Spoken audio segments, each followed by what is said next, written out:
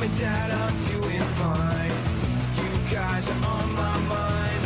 You asked me what I wanted to be, and now I think the answer is plain to see. I wanna be famous. I wanna live close to the sun. Oh, pack your bags, cause I've already won. Everything to prove, nothing in my way. I'll get there one day. Cause I wanna be famous. Na na na na na na na na na na na na. I wanna be famous. I wanna be famous.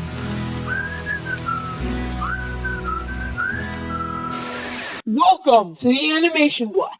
After a short break for a few weeks, we're finally back with the great show. After a few weeks, a lot has happened. Be Cool Scooby-Doo premiered and total drama The Ridonculous Race Season 1 ended. Let's get right into it with a review and a chat of Be Cool Scooby-Doo. When I first saw and heard about Be Cool Scooby-Doo, it looked like it was destined for failure. I thought it would be a disgrace to the Scooby-Doo franchise from years and years ago. But to my surprise, I'm kind of liking this show, and it had a bit of a slow start at first. But once I got used to the style and the humor of the show, I really started to get into it.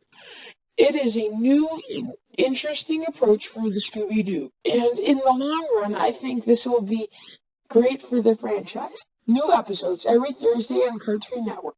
Yeah, Knox, I had basically a very similar kind of approach and look at Be Cool Scooby-Doo as you did when it was just first announced and all that concept art came out. Mystery Incorporated was by far probably my favorite Scooby-Doo series next to the classic.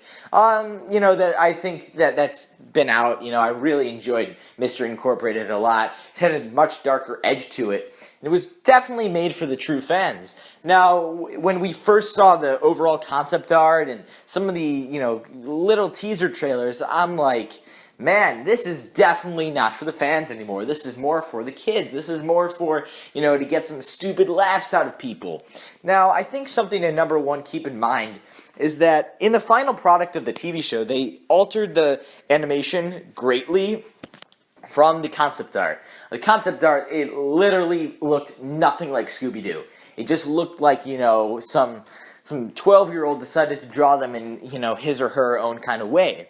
Now, that after, I'm sure they probably got some of the feedback and opinions from some of the, YouTubers or, fans or whatever of Scooby-Doo online somehow, and they're like, okay, so maybe this animation isn't clicking that well with the general audience, let's change it a little, and that's exactly what they did. So, now we've seen, I think, 6 or 7 episodes, I think 6 episodes of Be Cool Scooby-Doo, and I'm actually liking the show, like you said. First of all, let's talk about the humor. So the humor, I was kind of expecting to be stupid. What do I mean? I meant like, there'd be like jokes that, fart jokes, like, oh, someone farted, it's the funniest thing in the world, or, stuff like that, or, I just don't know, just things that would maybe make a 5-year-old laugh, because, that's what 5-year-olds like, stuff like that. Someone who, like me, who's a fan of the show, and, I'm always going to watch it. I'm always going to at least, watch some of the Scooby-Doo series, because Scooby-Doo is something that's never going to end. It's never going to end. So, I think that, as it goes on, people like me are always going to at least try to watch some of the show to see if it's good or not. And that's kind of what I did for Be Cool Scooby-Doo. So, the humor, that kind of humor for, a 5-year-old doesn't really work for somebody like me. So that's not what they did. They didn't do that. They're actually putting in, I think, a bit of a mix of that. It's not as much for a 5-year-old. It's maybe more for a 11 to 12-year-old. Some shots and scenes are for 11 to 12-year-olds maybe. But then also there's a really heavy anchor of adult humor, which is the best part. Adult humor is actually, it's not just, dirty adult humor. That's not what I mean. I mean like adult humor to a point where it's like, more of a mature audience can still have a good time watching it and actually laugh hysterically. So I think that what they're doing is great. Characters that are really great right now, I think Scooby-Doo is at his best. Usually Scooby-Doo's always a lot of fun because he's always a scaredy cat and everything, and he's like the dog, right? But now he brings that, like he's scared and everything, along with Shaggy, but he brings a comedic element to it, like he's making fun of himself. Him and Shaggy, they almost make fun of themselves in a way when they're scared about something. So I like that, number one. I think they're a great set of characters. Velma's different. They got a different voice actor to do the voice for Velma, which I'm going to get used to it, of course, but it's not my favorite Velma voice. It's not. But it reminds me a little bit of Linda Cardinelli.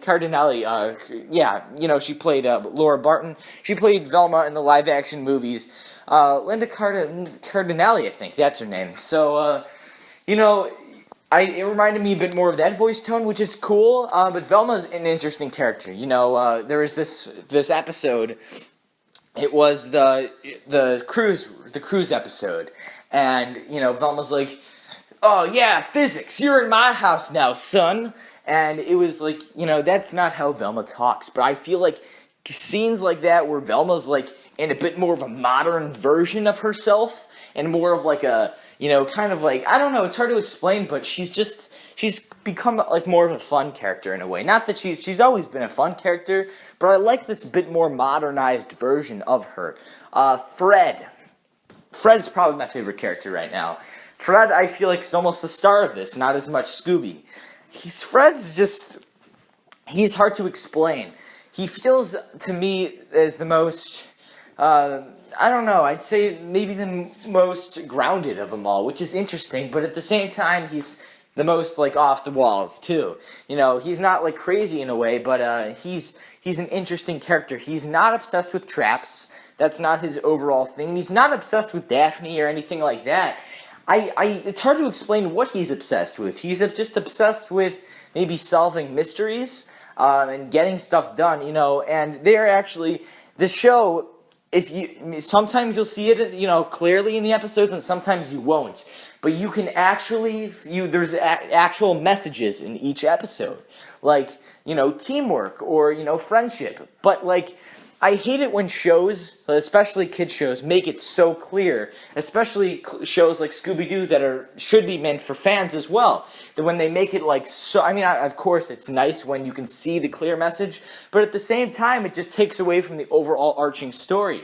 So I think it's good when they have a message in each episode, but it's kind of buried a little bit, and you actually, for kids will, it's like a secret way of telling kids to have, good friendship or teamwork, which is always cool. I like when they bury it, so I think that's really great. That's a really great thing. I think the show wouldn't be as good without a message, so I think the message kind of does always bring it together at the end. But Fred's hard to explain, but I really like the character. He's a lot of fun. And I'm really looking forward to seeing some more with him. Now let's talk about Daphne. Daphne is usually one of my favorite characters on Scooby-Doo, usually. And I like this version of Daphne, but she is probably one of my least favorite characters. Now, what do I mean by least favorite? I don't mean that I hate this character. I don't mean I even dislike the character. I just mean I like some of these other characters a little bit more. Daphne, she's different. She's not, the pretty face. She's not like she's ugly. She's still, she looks very, like, almost the same, but she's no longer, she doesn't really fit that role anymore of just the pretty face. To me, she fits this role of somebody who's just obsessed with a certain thing for a certain period of time. Like in the first episode, she was bringing around puppets. The second episode, she was doing, like, narration.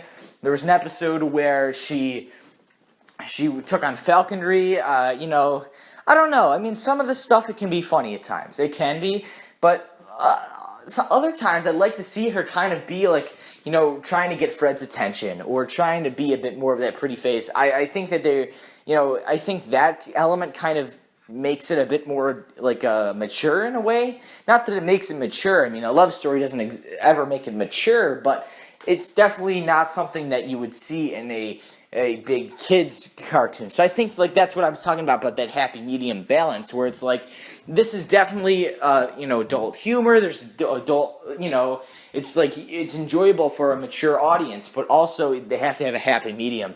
So Daphne, I don't hate the character. She's not my favorite. I just think that they could do a bit more job of maybe making her a bit more true to her lineage. All the other adaptations of Daphne have kind of fit the same, and I like that. I like how she's like that girly girl of the group. Now she just kind of looks like that girly girl of the group, but she acts like this kind of weirdo, which is a little weird for me. But I'm gonna get used to it, of course. This show's only been on for about 2 weeks, so of course it takes time to get used to something, but it's a lot of fun.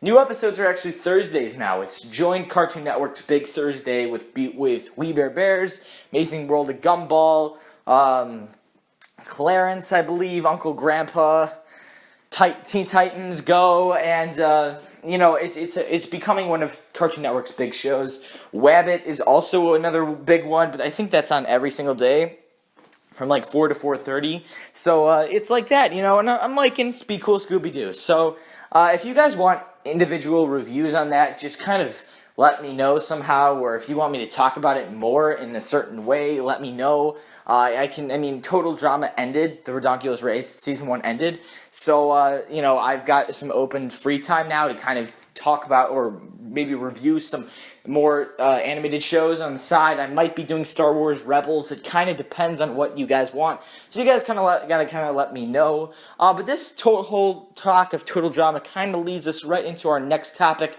So, Knox, what do we got? Moving on to talking a little bit about Total Drama, the Ridonculous Race.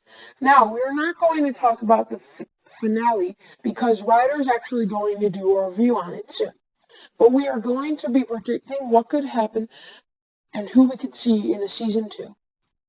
The Ridonculous Race was just amazing. It felt so nice to see Total Drama again, and I was on the edge of my seat the whole way through, rooting for my favorites. One question that's been on everyone's mind is if we will see a season 2, and if so, when? I am almost positive we will see another season, so let's talk about some new teams. I think they will keep most of the same teams from season 1, but like in the past Total Drama seasons, they might throw in a few new teams. I'm hoping for a few more familiar faces from Total Drama, like Heather and Alejandro, or Mike and Zoe, Lainey and Joe, or even Duncan and Gwen. It would also be awesome if Chris and Don co-hosted instead of just Don. There is so much more. So Ryder, let's hear your thoughts. I mean, yeah, totally. This is exactly what I would. What you just said, Knox. It completely grasped all of my thoughts on Total Drama, the Ridonculous Race. I love it. Seriously, I do. Total Drama, Island, Action, World Tour, Revenge of the Island, All Stars, and Pocketoo Island was on the weaker end of all the seasons, but it was overall a great show. And it didn't really end, you kind of feel like it ended, but at the same time, there was never an official, hey, Total Drama is canceled. It was never like that, because the show was always so popular. It was definitely a modern hit of Cartoon Network's. So Cartoon Network and Fresh TV and Cake, they came back and they're like, we've had 6 seasons of this show. Let's put an interesting spin on it. And then they came up with the Ridonculous Race, and I think it's awesome. I'm very much used to the whole approach with it, with the Don Box, and the Chill Zone, and, the Carpet of Completion. I mean, that's kind of the same thing, but, the Boomerang Ticket, and the Botcher Watch, or, all of those. I'm very familiar with the way this race works, and I really like it. So it's obviously, it was nice how there was a new episode every day. That was a lot of fun, because you didn't have to wait weeks, but at the same time, the show went on for about a month, and then it was over. That was basically season 1, or technically it was season 7 of Total Drama.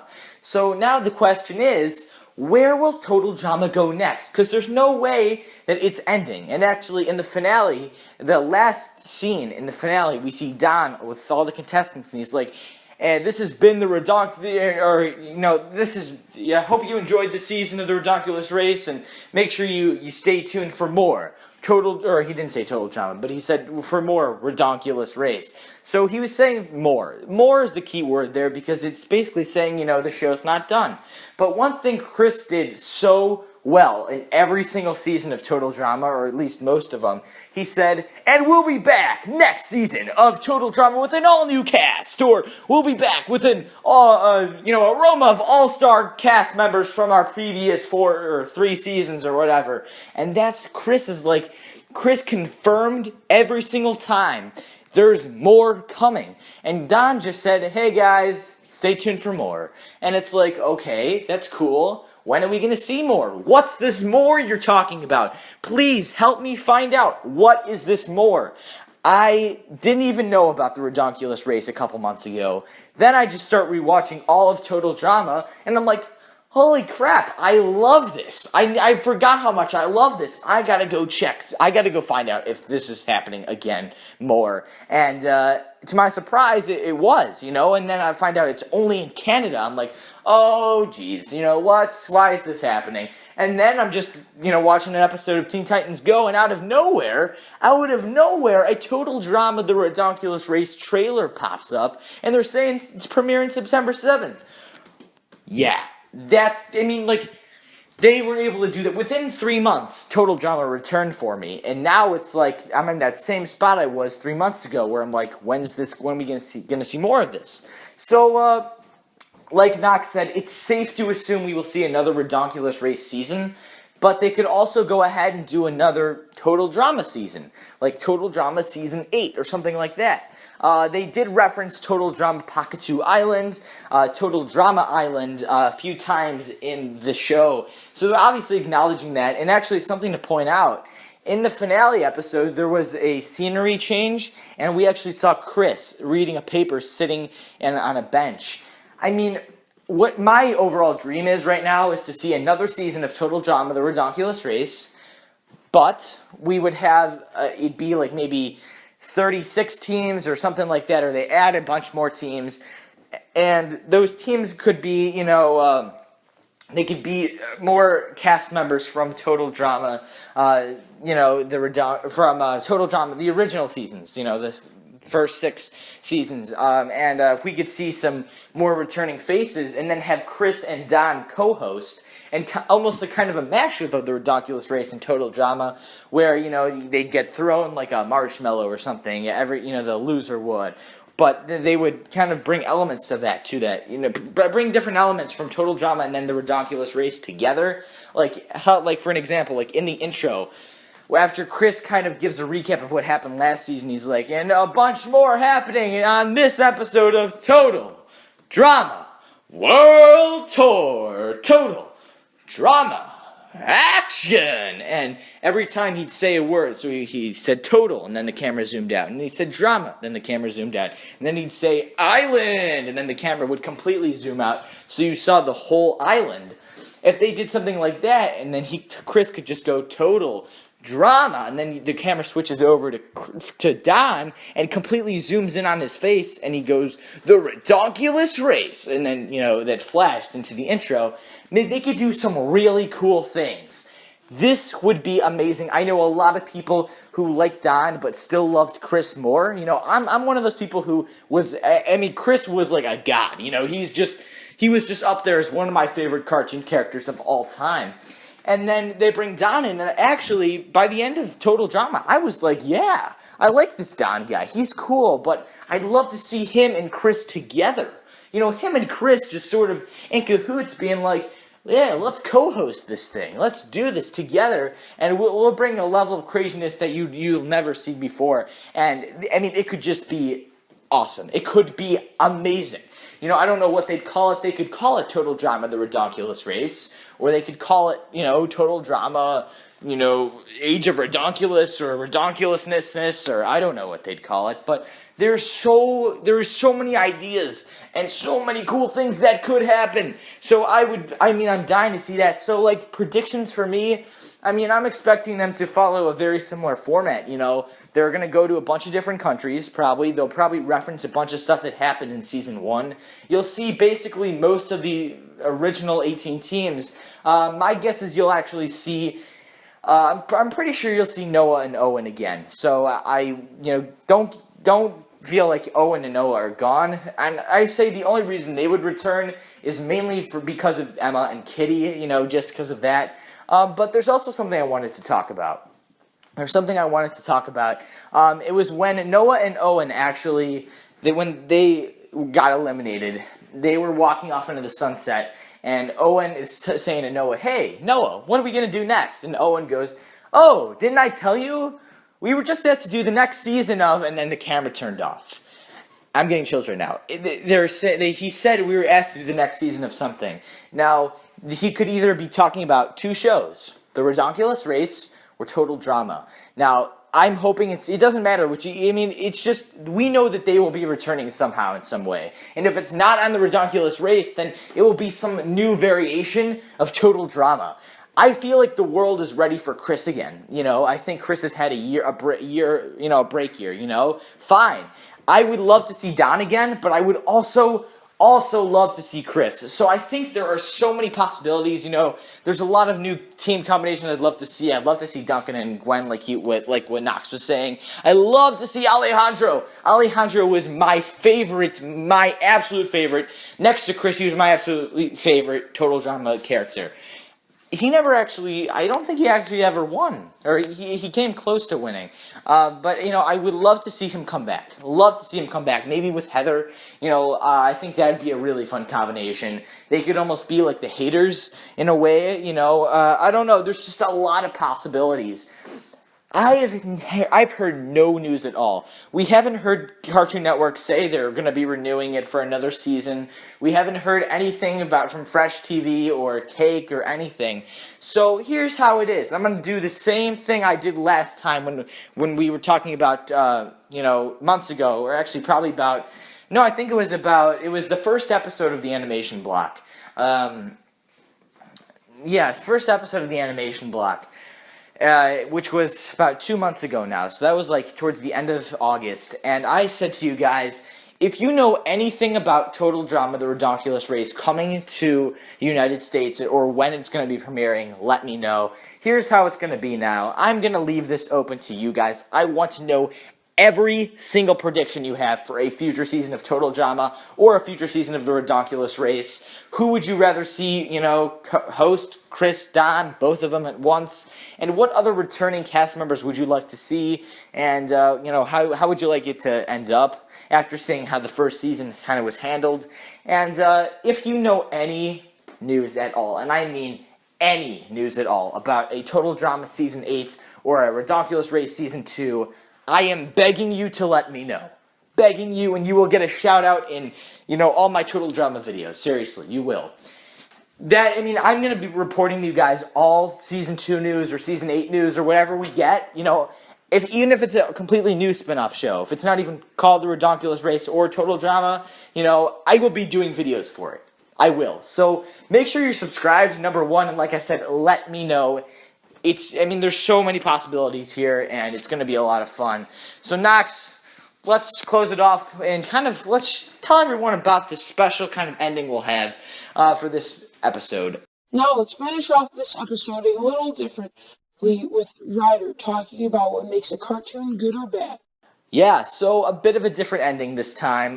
Knox actually was only doing the first two, and he was kind of leaving this end part just for me, saving it just for me. And why was he saving it just for me? Well, because I have been in this game a little bit longer than Knox. I've been watching, kind of reviewing a little bit, and I'm actually a really big writer. So I loved writing reviews and stuff. Of course, never officially really got overall published, but I just loved writing them, in general. So, and I share them with good friends of mine or whatever if they asked, and I've kind of been in this game a little bit longer, and I think a big question that I get a lot is because I say this a lot, I actually say this a lot, like, seriously, what makes a cartoon good or bad?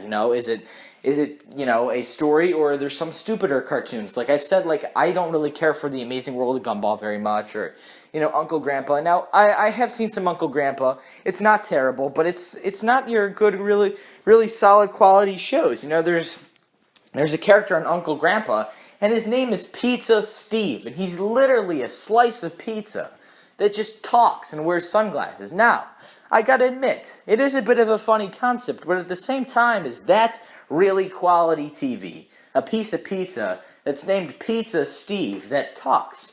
Like I said, it is somewhat funny in a way, but, like, is that quality TV?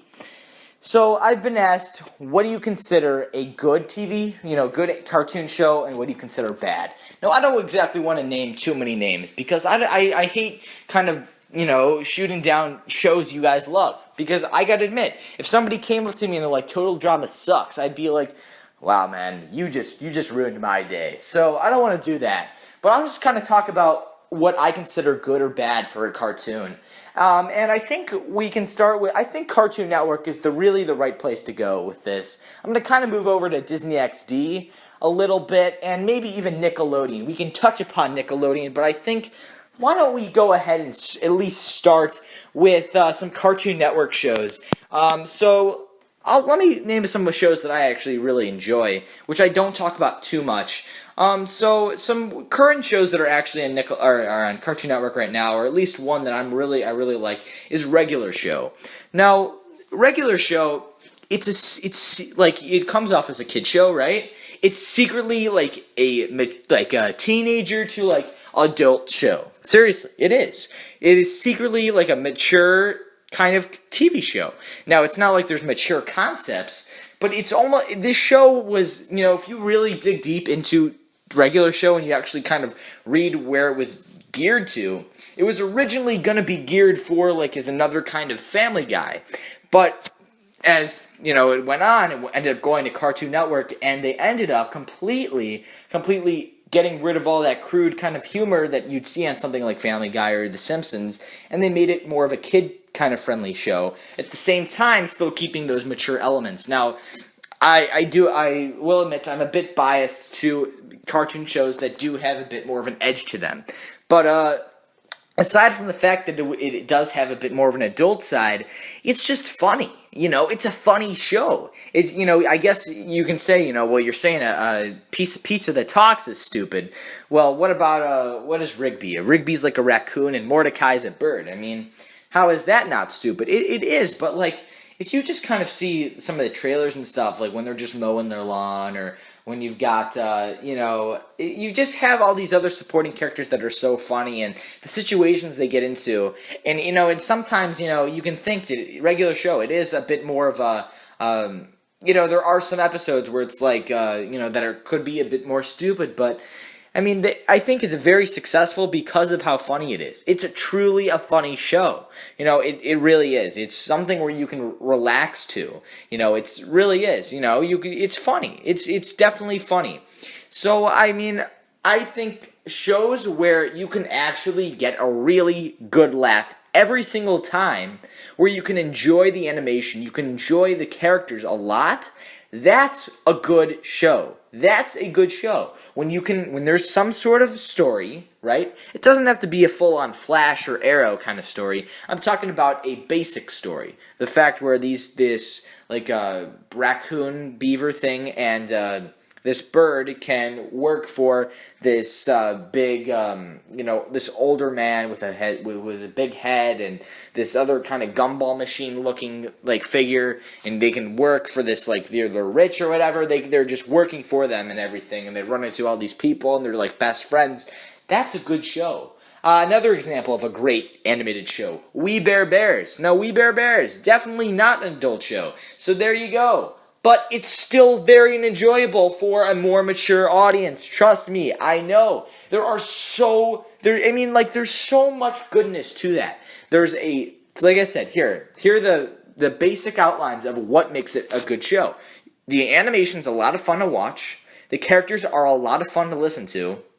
And just see on screen their personalities in general. There's kind of like a basic overall story. 3 bears, 3 different kinds of bears that are brothers that live in this cave that kind of looks like a house in a way, and they're accepted in everyday life. They're trying to live like humans, be like, and they're kind of accepted. And that's your basic story. And then there you go. Here are the adventures they get into. They have you've got Nom Nom, right? And you've got Charlie, and you've got all these other characters that are just there who are supporting, who make the story what it is every time.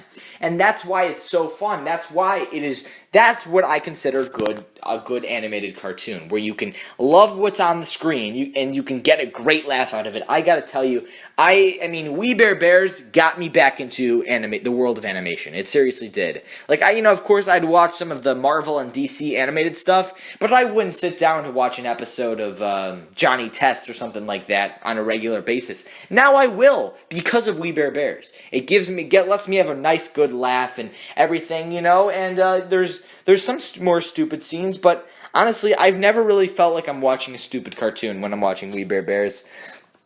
I just think it has a lot of potential, and it will keep going on, I think, and I don't know, that's good quality, cartoons. Another example of that, I definitely say, is Total Drama. And I'm not just talking about the Ridonculous race, I'm just talking about the original season of Total Drama. Who doesn't love the animation from Total Drama? It is the most original thing I've ever seen. And I think it is so fun. The story, it's such an original story, number one. Two, I guess that's number 2 at this point. But I just think that like I said before, you have to love what's on screen. And so what I'm basically getting at here is that what I consider a good cartoon may not be what you guys consider a good cartoon. So a good cartoon is whatever you enjoy seeing on screen that makes you laugh and that is just fun. And you want to know what? Shows like Uncle Grandpa and Pizza Steve. Even I'm chuckling a little bit just talking to you guys, saying it's a piece of pizza that wears sunglasses. His name is Pizza Steve. If you think about that concept, it's kind of funny. It is kind of funny. If it makes you laugh, if you like what's on screen, if you like the animation, you like the characters, how can you not think that's the best cartoon? SpongeBob. There's definitely people who are like, oh, SpongeBob's just a kid's show.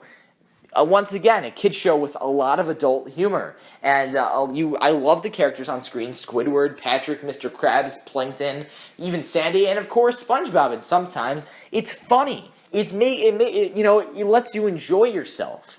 I think a show... here's a good example of a show that I really enjoyed on Disney XD. This was one of the original Disney XD shows, Kick Buttowski.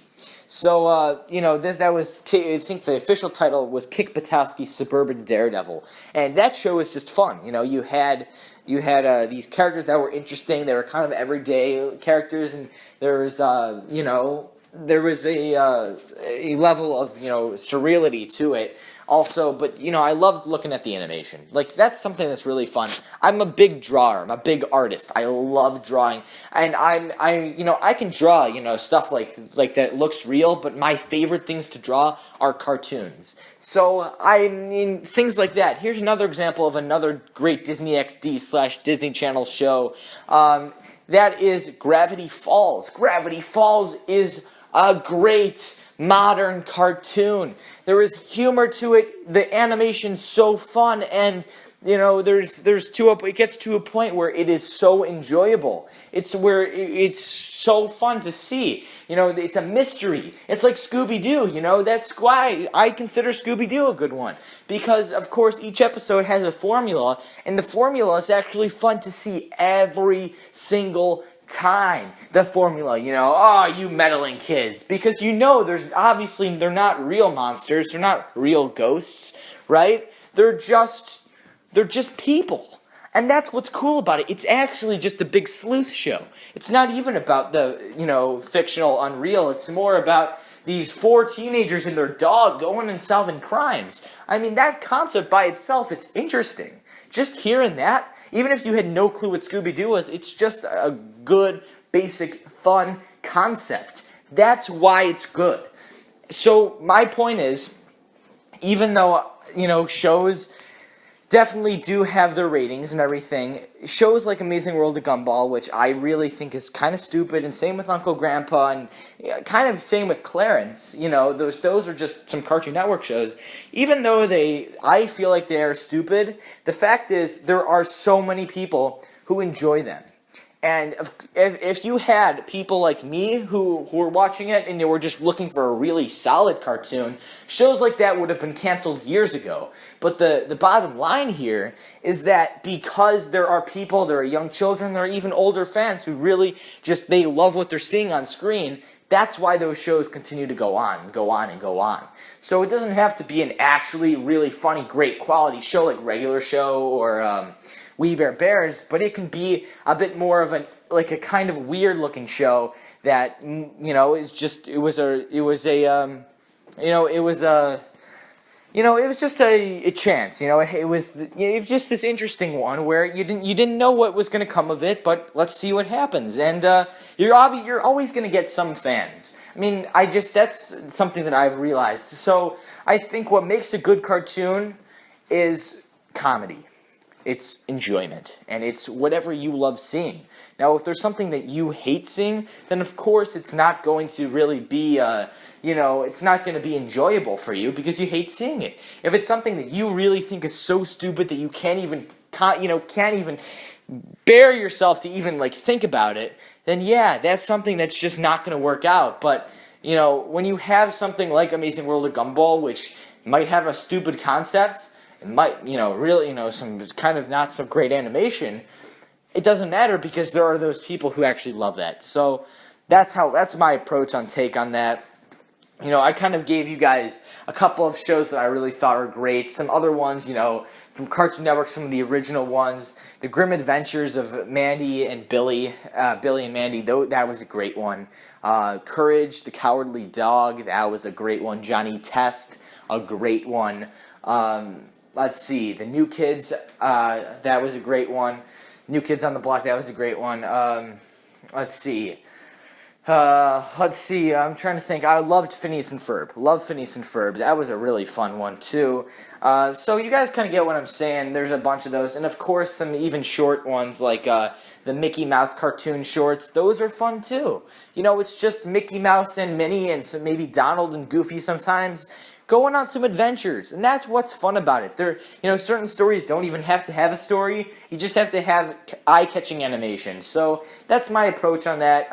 Let me know what you guys, some of your favorite animated shows are from either the 90s up until now. There's so many great ones. I didn't even really touch upon Nickelodeon, but Nickelodeon's got a bunch too, a bunch. And Hey Arnold, the Rugrats. I mean, those are great ones. So let me know what some of your favorite ones are, and also about that whole Total Drama Season 2 thing, Total Drama, the Ridonculous Race Season 2, if you guys know anything about that, and also your thoughts on Be Cool Scooby-Doo. Now, thank you guys for listening to me, and Knox, go ahead and take it away. Thank you guys so much for watching. Please remember to click, share, like, and subscribe. And I'm Knox. Catch you on the flippity flop.